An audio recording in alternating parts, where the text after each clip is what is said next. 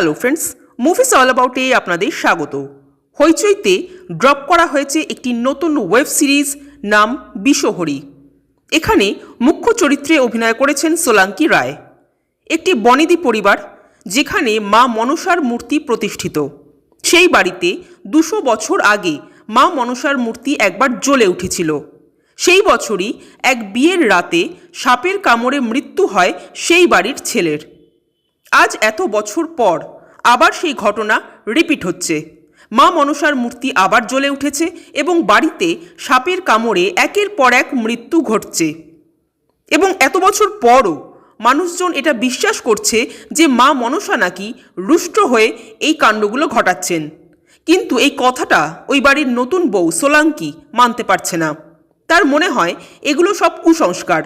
এই খুনগুলোর পেছনে ভগবান নয়, বরং কোনো মানুষের হাত রয়েছে। এরপর সে নিজের মতো করে ইনভেস্টিগেশন শুরু করে।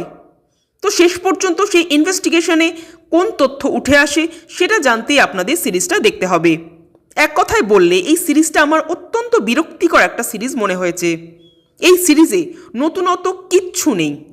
হইচই যে টেমপ্লেটে কাজ করে থাকে সেই একই টেমপ্লেট এখানেও ইউজ করা হয়েছে। বনেদি বাড়ি, বাড়ির অন্দরমহলে কেচ্ছা, নতুন বউয়ের হাত ধরে সেই সমস্যার সমাধান, সব কিছুই এক। শুধু আলাদা বলতে এখানে একটা পৌরাণিক গল্পের রেফারেন্স তুলে ধরা হয়েছে, ব্যাস এইটুকুই। এর বাইরে আলাদার কিচ্ছু নেই।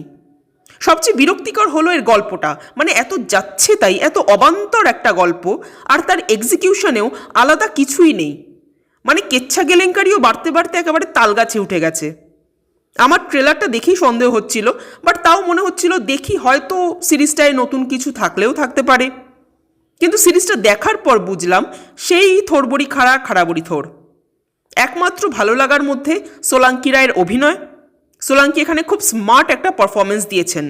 এছাড়া সিরিজের ব্যাকগ্রাউন্ডে যে গানটা বাজছে সেটাকেও কিন্তু খুব ভালোভাবে ইউজ করা হয়েছে। এই দুটো জিনিস ছাড়া বাকি কোনো কিছুই এই সিরিজে আমার একদমই পোষায়নি। ভীষণ বোকা বোকা একটা সিরিজ। আর এটা কিন্তু সম্পূর্ণ আমার ব্যক্তিগত মতামত, আপনাদের ভালো লাগতেই পারে। আজ এই পর্যন্তই।